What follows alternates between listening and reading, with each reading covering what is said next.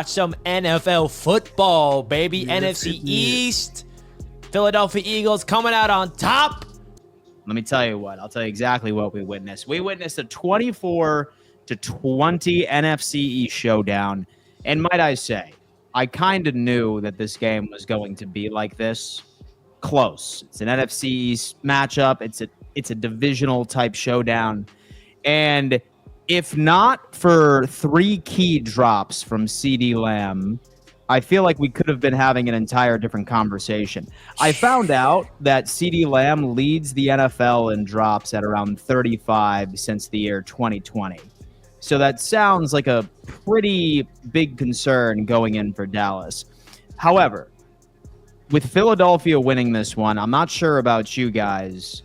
I feel even more confident about the Dallas Cowboys than I did leading up into this game. Like, some of the biggest standouts I saw was Kenny Clark was paying his dividends, like holding Saquon Barkley to about, 60 yards, certainly impressive. Yes, he had some quality runs, but for the most part, like you could see during the game, he wasn't trying as hard as he could to pound those A-gaps. Kenny Clark certainly did that. Looks like the Dallas Cowboys were able to adjust to find a way to bring pressure through various DB blitzes. We had A.J. Brown piss off all fantasy owners all across the United States by being a non-factor with A.J. Brown. So secondary must have been doing their job. Dak Prescott looked damn good, especially when that Dallas Cowboys offense was operating, going shot for shot toward the beginning of the first half. And then obviously after halftime and after the further 1 hour lightning delay, that's when it was a whole lot of nothing. But thoughts on the overall game, Richie? Biggest takeaways, Dallas Cowboys, Philadelphia Eagles. Yeah, I mean, it started off with fireworks, man. Touchdown, 4 straight drives, 4 touchdowns, 8 drives, 8 scoring opportunities. It was awesome to watch that. Dak Prescott. I mean, how about Javonte Williams? He was my sleeper in fantasy. I drafted him in one of my leagues, but I did not start him, so I can't really celebrate that. Did not get any points because he was on my bench. But I think that the Dallas Cowboys and the Philadelphia Eagles, man, it was a classic NFC East battle. And I think that delay really just put off. It was 2 things that happened. It was the fumble from Miles Sanders in the red zone, and then all of a sudden the weather delay, and then you can kiss the rest of the game goodbye, and then the CeeDee Lamb drop issue. So really unfortunate for the Dallas Cowboys. They had a chance because I'll tell you this, bro. If the Dallas Cowboys were able to win that game on the road to open up the season against the defending Super Bowl champions, their division rival, it would have flipped this NFL world upside down. But I think what we all have to realize, man, is, the Eagles are on repeat watch. They are so good. Jalen Carter gets ejected. You can't even tell. Yeah, the Cowboys had a lot of success running the football, of course, but it's just crazy how deep and loaded up this Philadelphia Eagles roster is. And how about Jalen Hurts? We talk about him real quick? Because look at Jalen Hurts' numbers last night, okay? And this is exactly what I mean. People that are box score watchers, stop box score watching. Because you look at the numbers, 152 yards through the air. He can't pass. Well, 82% completion percentage, 92 rating, and the amount of plays he made with his legs, winning plays. The pocket breaks down. He's scrambling around, poised, confident. Like, I'm seeing a different version of Jalen Hurts, bro. The game is slowed down. He's out there just like, oh, pressure. Watch this. Whoop, whoop, whoop. Picking up first downs, 2 rushing touchdowns. I'm sick of the Jalen Hurts slander. He is one of the better quarterbacks in this league.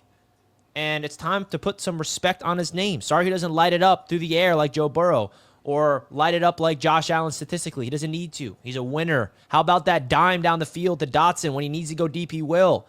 I don't see a flaw in Jalen Hurts' game. It's time to put respect on this guy's name. That's what I got to say. Time to put respect on 156 passing yards. I'm just See what I mean? Great game from Jalen Hurts. TD, biggest takeaways from this game. What do you got? Well, you say biggest, but there's several. Okay.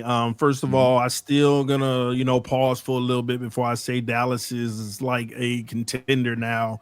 They play well to have a brand new head coach to come off of the injury of losing one of their stars in that locker room. I thought they played well. Okay. Here's the deal. Dak Prescott was not amazing last night. We need to stop capping. He was good, but he wasn't amazing. Missed a few throws that he wished that he had back, some in the seam where he should have led it a little bit more, could have been a touchdown. And in that second half, what happened to the improvisational skills? You kind of became a statue in the pocket, in my opinion, in the fourth quarter, instead of doing what you were doing in that first half, making something out of nothing.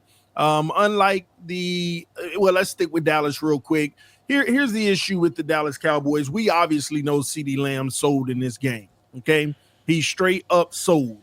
There were 3 massive play opportunities in the game that he just blew, okay? That can't happen, CeeDee. It can't happen. You started the game cooking, by the way. CeeDee Lamb started the game straight up cooking, okay? Had over 70 yards at halftime, 80 or something like that. But listen, you can't miss out on those huge opportunities to really put your team on your back late in the game when Dak Prescott did his job in those moments. But let's not forget that they I don't like this from the coach. Williams was literally balling and eating. Why you put Sanders in the game, especially in a red zone situation? Am I tripping? Is he a rookie? No. Miles Sanders? Wait, hold on. Who fumbled? Was it It was Sanders. It was okay, not the okay. So Sanders, that blew the game for him. You also have to add the context, CD. He's the one that got them down in the red zone. He had that long run. I get it, but you do that in the open field. Now you're in the red zone. Williams, get back in there. You got to go with the main guy. This is a divisional opponent. You got to ride those starters for primarily the important parts of the game. That was a huge turn. And then right after that, don't forget what happened. Right after that momentum change was the weather delay. They get to go into the locker room and make adjustments. Do you know how important it would have been if they were able to punch it in right there? And then the weather delay, they might have actually won the game. But real quick, the Eagles, I'm not going to talk about the spitting thing and all that unless we talk about it later. But let me say this. That team is still poised. That team is still coached well. They're still disciplined. But Jalen Hurts, we got to put so much more respect on his value. And this is what I've been preaching for the longest. Stop looking at the stats, like Richie said. I don't care about your quarterback that throw all those yards. I don't care about your quarterback that get all those touchdowns. How do you absolutely impact the game? We're talking about a non-existent A.J. Brown.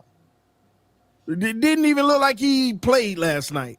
We're talking about a Saquon Barkley, who I told y'all was going to be under because Cowboys did get better in the run defense. Saquon under on his totals.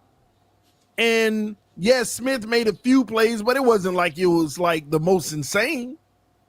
It was all managed by none other than Jalen Hurts, who had an MVP performance last night. The stats won't say it, though. So remember this as we're going through the season, how he impacts the game. Why he only threw for 156 yards. You would think he had 50% completion percentage as much as quarterbacks throw the ball. But it was 82% because he made great decisions. Nothing's there. Pressure coming. Let me get out of here. Let me make the play. Let me be efficient. I don't need to throw the ball just to throw it. I'm going to make sure that I make the best decisions on the field and be efficient every single time. And that's what he was. That was an MVP performance. Right now, he is number 1 in my MVP race for the season. That's not saying much because there's only 2 quarterbacks that played, but he's at the top.